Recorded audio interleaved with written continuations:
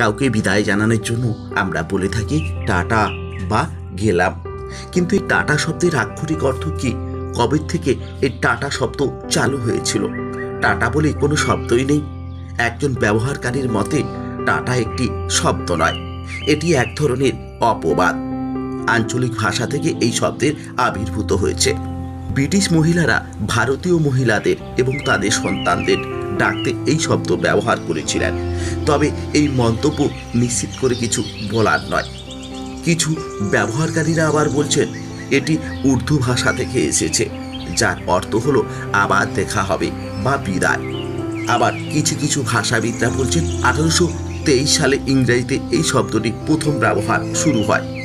আবার 1889 সালে নিউ ইয়র্কের টাইমসের একটি ফেয়ারফেল শব্দ হিসাবে ব্যবহার করা হয়েছিল।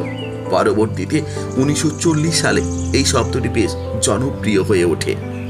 TTFN এর জন্য টাটা শব্দের ব্যবহার করা হতো। এর স্বরূপ হলো টাটা ফর নাও। সেই সময়ে রেডিও অনুষ্ঠানে এই শব্দটি ব্যবহৃত হয়েছিল। পরবর্তীতে আরও মানুষ এটিকে ব্যবহার করতে শুরু করে প্রচুর আকারে। তখন থেকেই এই টাটা শব্দের উৎপত্তি বলে অনেকে মনে করেন। আজকের ভিডিও এই পর্যন্ত, দেখা হচ্ছে পরের ভিডিওতে। তত সময় ভালো থাকবেন। সকলকে নমস্কার, ধন্যবাদ, জয় হিন্দ।